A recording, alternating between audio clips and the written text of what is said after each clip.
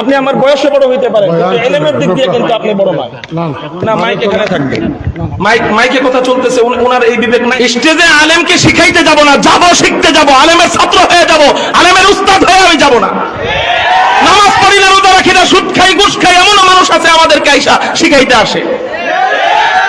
নবীর সুন্নত চেহারার মধ্যে নাই, শরীরের মধ্যে, লেবাসের মধ্যে নবীর সুন্নত নাই, এমনও মানুষ আছে আলেমকে শিখাইতে আসে।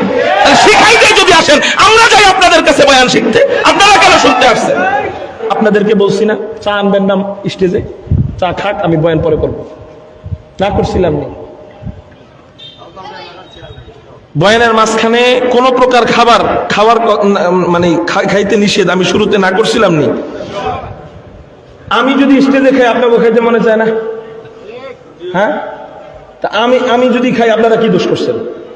এই জন্য স্টেজে কোনো প্রকার খাওয়া দাওয়া এখন চলবে না। এই ক্লাস চলতেছে, কার ক্লাস?